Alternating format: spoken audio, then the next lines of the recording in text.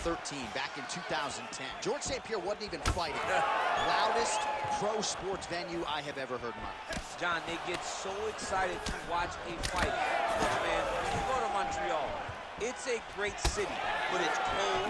People are going to the arena not only for the fights, but to escape the snow. And once they get there, they are screaming and going absolutely crazy. This is a great fight environment. And blocks the shot there. So he's dealing with some swelling upstairs, and you got to think his opponent is going to continue to attack that region. Well, he has to. He's starting to see now the work is being done. He turned his entire body into that uppercut, and it landed exactly as he was hoping for.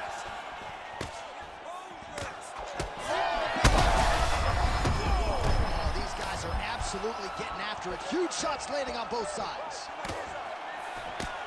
Big left hand lands upstairs. Oh, my goodness. 3 minutes to go. Well, I'm no fighter, but if I rock a guy to that extent, I feel like I'm closing the show. Absolutely. You got to go close the show if you get a guy hurt that bad. Oh, my God, he's hurt. He's hurt. And now leather being thrown on both sides.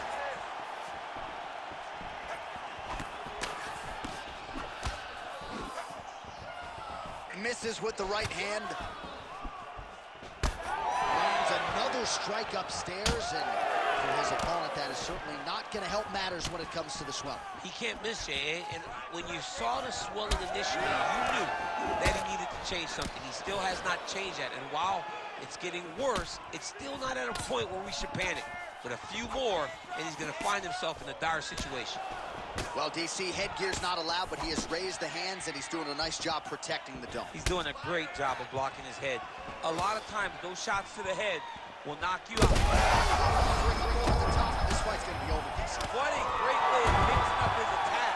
He didn't stay the course. He mixed it up. He went high when his opponent thought he was going low, and now he's got him hurt very badly. Oh, nice body shot. Well, it looks as though that strike maybe opened up a cut around the eye area. Yeah, it looks like that strike opened up a cut, John, but it's nothing to worry about now, but he's got to start to protect it. Well, at this point, DC, I'm not sure if he's just biding his time or just trying to get some extra reps, but go finish him. It seems like the guy's playing with his food. You know, he's having a good time out there. Everything's working. He's in the zone. It feels like at any moment he can end the night of his opponent. But he seems to be having fun, and hey, to each his own, I guess. I'd be rushing out of that octagon. Yeah, you don't play with me. No. Round two next. All right, so now this damage really bears watching, right? His face compromised, and you got to think it's going to start affecting his output as well offensively. Well, you got to look for him to start to make mistakes. Compensate for all the shots that he's taken to the face, for all the swelling. I have seen on many occasions. You ready to fight? Ready. All right, round two.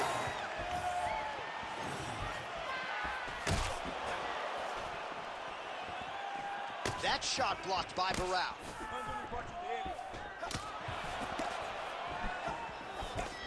And he's looking for that left hand, just missed. Oh! Big shots exchanged in the pocket there. All right, so it has been punches and strikes in bunches tonight. His opponent is wearing it, and when you see swelling like that, maybe a facial fracture of some kind. Well, it seems as though something's hurt bad here. The last time I saw somebody with this one, I remember watching Joanna Jacek's head, looking at the just size blow up. You know that damage is there. Somehow, his opponent stayed upright. I mean, he's still on his feet, but he's not up by much. Oh, huge left. He can't even stand. So at this point, with this type of swelling, you could argue a stoppage wouldn't be out of question. No, it would not be out of question. And I don't think, that's so bad, right? Well, he's able to get back up here, but... All right, so the referee has called a halt to the action here, likely to have the doctor come in and look at the swelling around that eye. Not good, DC. You cannot allow these fighters to dictate and determine whether or not they can go.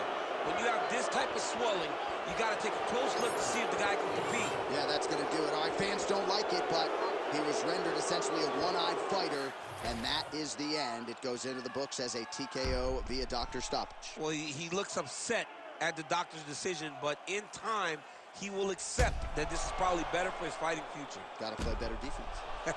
All right, so the doctor stoppage comes in the middle of this round, and ultimately too much damage sustained to that eye, and he was unable to continue. Well, you saw it over the course of the fight.